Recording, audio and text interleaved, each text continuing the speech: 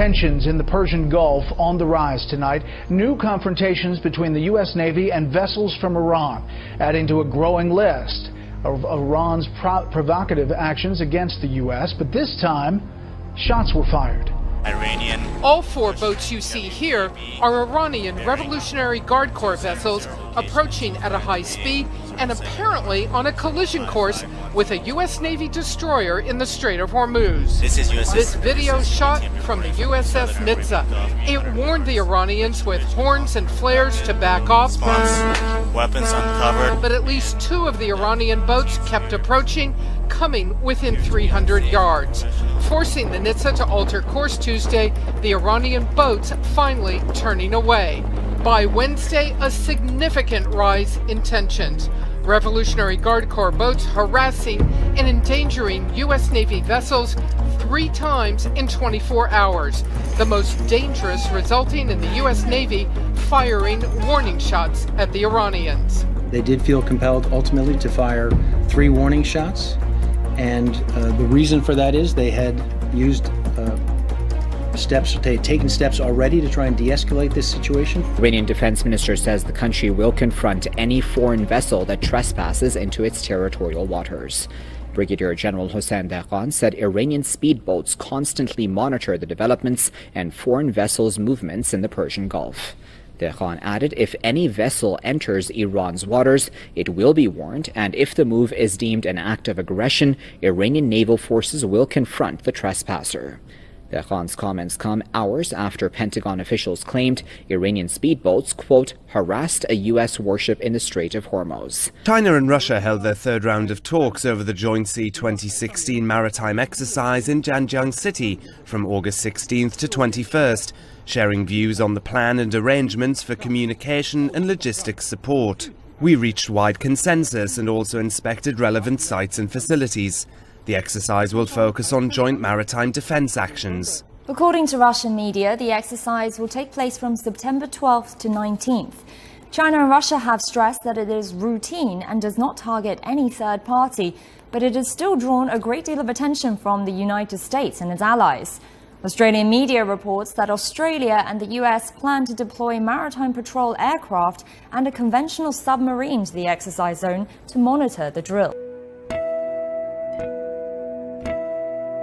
Maybe you're like some people who've been wondering about some fast-moving helicopters flying in and around Boston. This has been happening all week long, and we started looking into what they're doing after getting emails and calls from many of you. Some people told us the choppers are flying close enough that their homes are shaking, and police are only telling us this is a training exercise.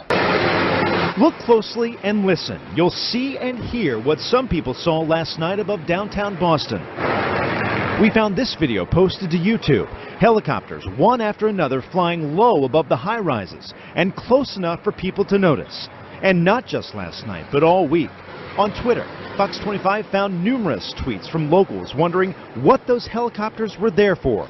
Addison Hoover wrote, "Love Boston police and Marty Walsh, but maybe comically low helicopter flybys at 10 p.m. with no public viewing, not a hot idea." Chris Spinazzola also tweeted, "Is there a helicopter race over Boston tonight?" The helicopters have been flying all week in and around Boston. Boston police put out a community advisory to alert residents about a planned training exercise in conjunction with the Defense Department. They stress it's not in response to any world events.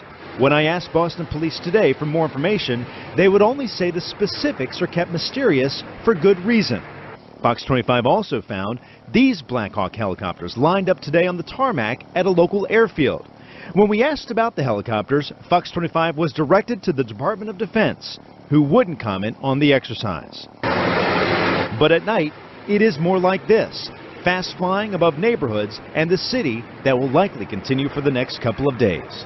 And North Korea appears to have upgraded security facilities in and around its Sohae satellite launching station in the northwest of the country. An analysis of recent satellite imagery by the US-based North Korea monitoring website 38 North shows the inner and outer perimeters have been extended in recent years and are now 19 and 27 kilometers long. According to the website, the upgrade may be part of a larger construction plan.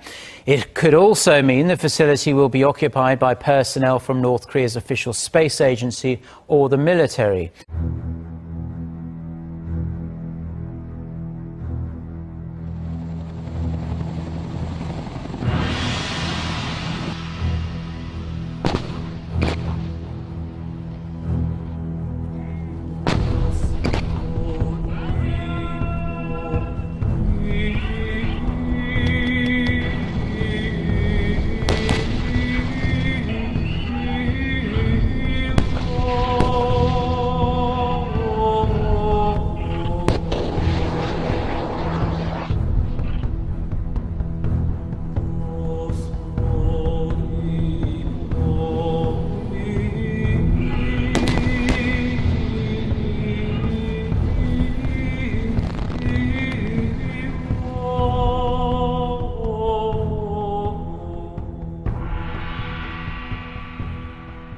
Russia has launched large-scale snap military drills, putting its troops on full combat readiness in districts bordering Ukraine and the Baltic states. Defense Minister Sergei Shoigu said the decision to launch war games was made by President Putin as the supreme commander-in-chief of Russia's armed forces. Shoigu added that troops in the country's southern, central and western military districts, as well as the Air Force and paratroopers, were in full combat mode as of Thursday. NATO vowed at a summit in Warsaw in July to bolster its eastern flank to counter a resurgent Russia. Russia and NATO have been flexing their military muscles amid simmering tensions in Ukraine.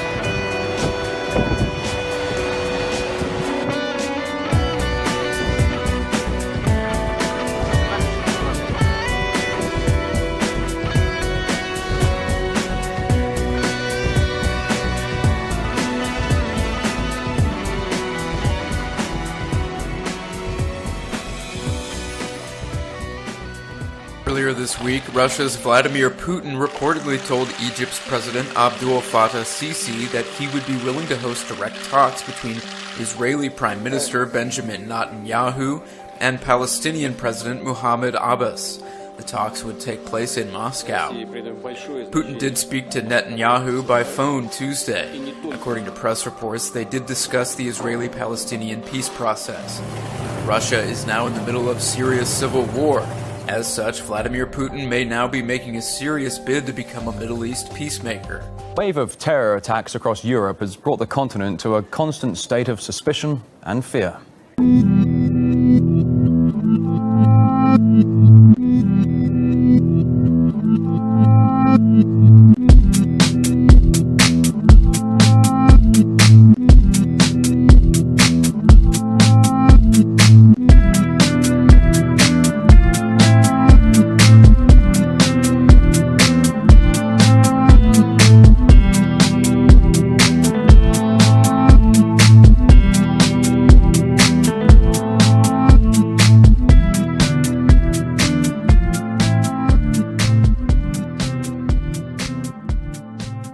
Fears the British government has taken an unexpected and potentially shocking step. It's decided to remove dozens of CCTV cameras in London's tourist hotspots. Officials say they can't afford to operate the CCTV cameras. Surveillance systems are a set way to fuel debate on privacy versus security. But what would happen without CCTV cameras?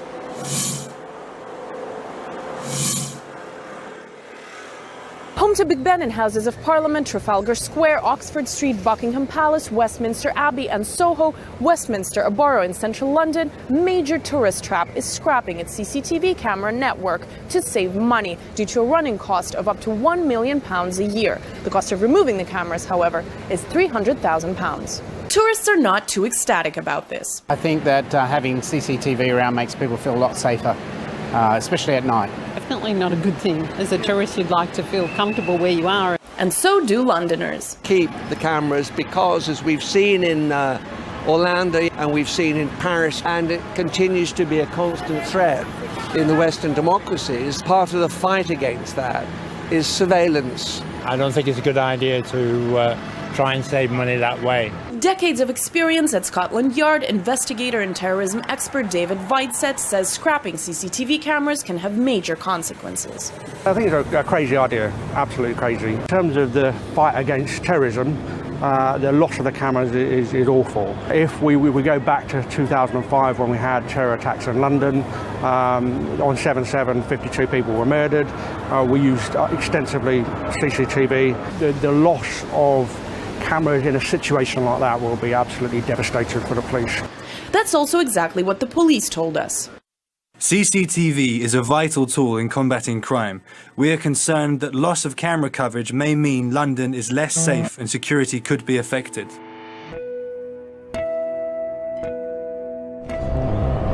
"24 hours ago, I had a chip implanted in my hand."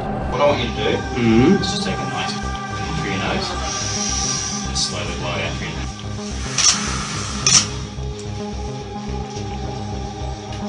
Earthly help.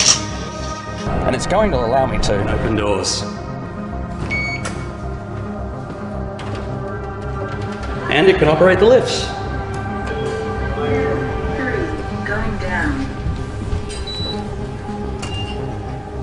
And it will allow me to interact with any system in the digital world. For instance, when I wave my phone over it, it can transfer my virtual business card. But it can be a little bit tricky. Ooh. Don't move. This technology's been going into our pets since the 1970s, but I can see the future is now, and I can see everyone getting one of these. You're rushed to a hospital unconscious with no ID or medical history, but thanks to a microchip under your skin, it's all there. I can see you asking yourselves already, why would I do this? Well, one word, convenience. Why should I have 5 cards in my wallet when I can replace it all with one chip in my hand? While religious movies have become a boon for the box office, a new survey by the Pew Research Center has found nearly 23% of grown Americans are non-religious or agnostic. Even more startling, 78% of them were raised in a faith system and then left as adults. Upon further examination, nearly half of those religious nuns said a lack of belief caused them to leave their faith, others citing science, common sense, logic, and lack of evidence. Overall, religiously unaffiliated people are more concentrated among millennials at 35%. One respondent wrote he or she doesn't believe after learning about evolution in college. Another respondent said, I'm doing a lot more learning, studying, and kind of making decisions myself rather than listening to someone else. But of the growing number of Americans who are not religious, many actually are seeking religion. Almost 20% said they were religiously unsure, meaning they either were spiritually open or were following their own interpretation.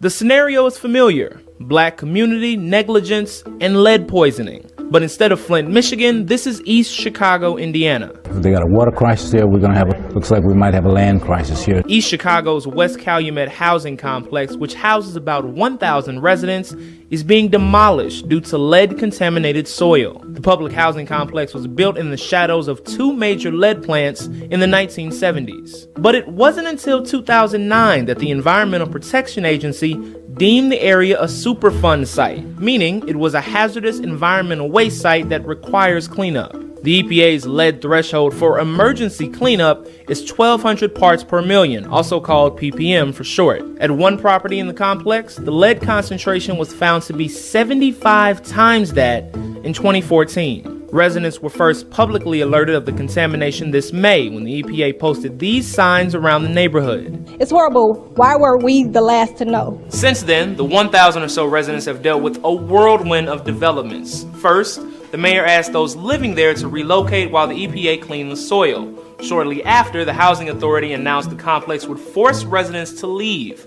The local elementary school is also moving its students across town. The EPA is hoping to get everyone relocated in the next 4 to 6 months before demolition begins. A new investigation is now underway into Havelock North's water contamination. The Hawke's Bay Regional Council has growing concerns about maintenance of the water bores linked to the tummy bug outbreak, which has affected thousands of people. As scientists continue digging for answers, there's new tension between local authorities over who's to blame for Havelock North's water contamination. No one believes there's been deliberate contamination of the water.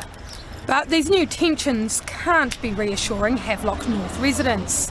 Hastings Council and the Regional Council are both blaming each other, but no, it doesn't help us at all. Stop pointing fingers, start working together and actually solve this blooming problem.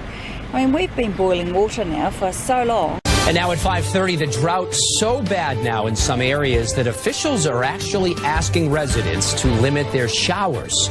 And there's no substantial rain in sight. The extreme drought conditions hitting Scituate very hard. That town's reservoir is less than a quarter full. Bill Shields shows us the water restrictions are getting tighter by the day. This is one of Scituate's main water reservoirs. It supplies about a third of the town's water. Today, you can see stumps and boulders, and grass is growing in the mud. Have you ever seen a summer like this one? I never have. You know, we moved here in the late 60s, and it's never been like this. In the summer, the town's population almost doubles, so does water usage. So the strain on wells and reservoirs is immense this year with the drought. Now, the town has instituted a complete ban on outside watering, even after the summer residents leave. Well, we're looking for relief from the fact that after Labor Day, the population goes down significantly. Now, in the past, people began irrigating their lawns right after Labor Day. This year, with a total water ban, that will not be allowed. All across the state, lawns are brown. Counties in our area reached severe drought status. The governor's drought advisory committee announced today that 9 counties in the state, including Sweetgrass, Stillwater, Carbon, and Yellowstone counties, have reached severe drought status. 7 more counties, including Park and Bighorn counties, are now under drought alert status. The determination is based on water supply and soil moisture data from several sources, including the Natural Resources and Conservation Service. The National Weather Service says the state's average temperatures for July were more than 4 degrees above normal. Mussels are making a mess on Long Island. Hundreds of thousands of them washed up on the beach. But why? Mussels by the pound? Think bigger. Much bigger. It's mussels by the mound and then some along the shore of the Long Island Sound in North Jamesport. They're dead and rotting away in the summer sun. There was a terrible stench. David Grunner says it was unbearable yesterday morning. At first it smelled like a garbage truck. Then he found the source. We have never had mussels like this wash up on the beach. They smell disgusting. Yeah, what do they smell like? Wet seaweed. Anytime you have a massive die-off of marine life, it's not a good thing. Dr. Christopher Gobler, professor of marine science at Stony Brook University, says it just got too hot for these blue mussels. They died, and the tide cycle carried them ashore. It's been a hot summer, and actually the water temperatures are higher than we've seen in many years in Long Island Sound. A trend that will change the makeup of our coastal waterways. He says it's possible as time marches on, there will be fewer mussels here. Japan detected a rare type of tremor deep within the Earth using a network of seismic sensors. Strong storms create rapid movements within the ocean floor called a weather bomb. The spiraling movements originate from an evolving tropical storm over the North Atlantic Ocean, creating rippling effects that scientists then track to calculate the depths of our planet. The speed and direction of the tremors is completely dependent on the type of materials they pass through. Carefully measuring these movements from earthquake waves has allowed scientists to get a good idea on the structure and composition of the depths of our planet. This entertainment center in Baton Rouge has been transformed into the state of Louisiana's largest shelter. On average, 1,000 people spend the night here. Those who occupy these beds don't have a choice. Obviously a very large-scale disaster. Tens of thousands of homes were destroyed. So just for the Red Cross role in this, early estimates are as much as $30 million. But so far, donations have brought in just under $8 million. With that money, the Red Cross has been able to provide temporary shelter, meals, and medical aid, as well as counseling to help heal psychological scars. These folks have just lost everything. They don't really have any place else to turn at this point, and so it's clearly a very dramatic situation. The greatest challenge here, finding temporary housing for displaced residents. Statewide, the number of people staying in shelters skyrocketed to more than 11,000 after the flood. The death toll from the earthquake in central Italy continues to climb. At least 250 people have been killed, and the number could rise as rescue teams continue to search for any remaining survivors. Sarah? A town in ruins. Rescue teams have worked uninterrupted throughout the night, looking for survivors. They're exhausted and covered in dust, but there is a determination not to give up until everyone who is missing is accounted for. It's difficult and dangerous work, made even harder by the powerful aftershocks that still rock the town. Late on Wednesday, there were cheers in the nearby village of Pescara del Tronto when a young girl was pulled out of the rubble after being trapped for 15 hours. But back in Amatrice, the daughter of the couple who's missing in the collapsed apartment is still waiting anxiously for news of her parents. After hours of searching, painstakingly picking through the debris, the rescue teams finally find them. The moment she feared is realised. 2 more fatalities of Wednesday's devastating earthquake. Meanwhile, back in this country, Indiana Governor and Vice Presidential candidate Mike Pence left the campaign today to visit Kokomo, which was slammed yesterday by tornadoes. At least one was an EF3 with winds of more than 150 miles per hour. Remarkably, no one was killed. The gentleman beside me pushed me down. He was like, "Get down," and he put his arm around me to shield me. Hannah Harris was in this Starbucks when a manager told all customers to run into the bathrooms because a tornado was headed their way. And he saw the funnel behind Best Buy. And so then he shut the door in the bathroom, told everyone, "Close the door, it's coming." Harris says about 20 people were huddled in the bathrooms as the twister collapsed the building around them. Oh my God, Starbucks just got blown over. It was devastating, but it was also just a relief to know that I came out alive in that. And really, I shouldn't have. As many as 15 tornadoes touched down across Indiana Wednesday, leaving behind a trail of damaged cars, broken windows, and entire neighborhoods in shreds. Neighbors found my dog. She's alive. That's all you can ask for. This is all that's left of 54-year-old Becky Sweeney's home, where she's lived the past 16 years. It is overwhelming, but you gotta do what you gotta do. You can't just lay down and die. God lets you live through it for a reason.